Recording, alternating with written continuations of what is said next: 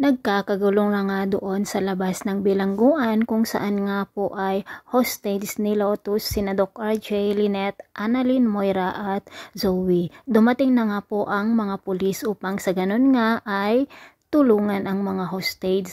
Ngunit wala naman silang magagawa dahil nga po may hawak na baril ang mga bilanggo na kasama ni Lotus.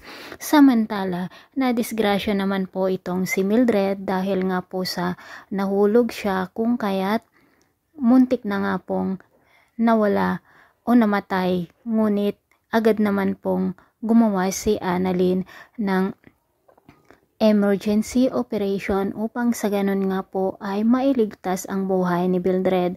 Tagumpay nga ang ginawa ni Annalyn at kasama nga niya si Joey dito sa pagliligtas sa buhay ni Mildred, kung kaya't laking pasasalamat nga ni Mildred dito kay Annalyn dahil nga sa ginawa niya.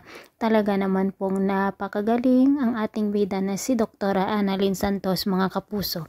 Samantala, nagpumilit naman si Irene na makapasok doon sa bahay ni na Carlos at dito na nga po na isagawa niya ang kanyang plano na akitin itong si Carlos at nakuhanan nga niya ng video ang iskandal nila, kung kaya't nakapagdesisyon naman si Irene na isend dito kay Lynette ang video na iyon at dito na nga po magkakaroon ng malaking problema itong si Carlos habang nasa panganib ang buhay ni Lynette ay ito naman pong si Carlos ay nakikipagharutan dito sa dati niyang asawa.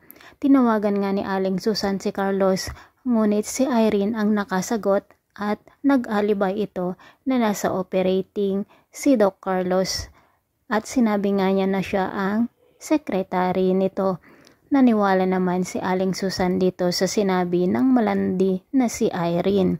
Samantala, tinawagan naman ng asawa ni Giselle si Lotus at sinabi nga niya dito na niloloko lamang siya ni Giselle dahil nga natuloy ang operasyon dito sa kanyang anak na si Carla.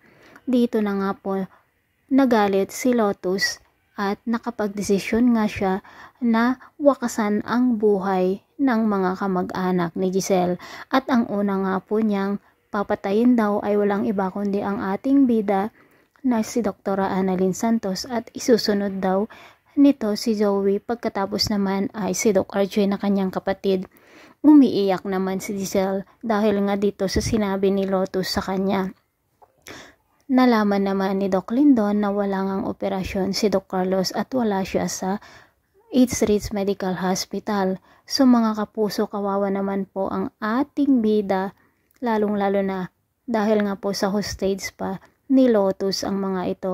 Wala man lang magawa ang mga pulis kung nahakbang kung paano nga nila iligtas ang mga hostage.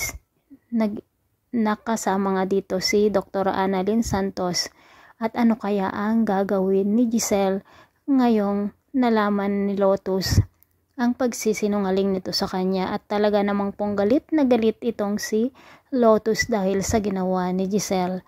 At ito na nga kaya magsisimula ang pag-aaway ni Lynette at Doc Carlos kapag malaman niya o mapanood niya ang iskandal na video ni Doc Carlos at Irene. Yan po ang mga dapat natin abangan dito po sa Abot Kamay na Pangarap. Maraming salamat po sa panonood.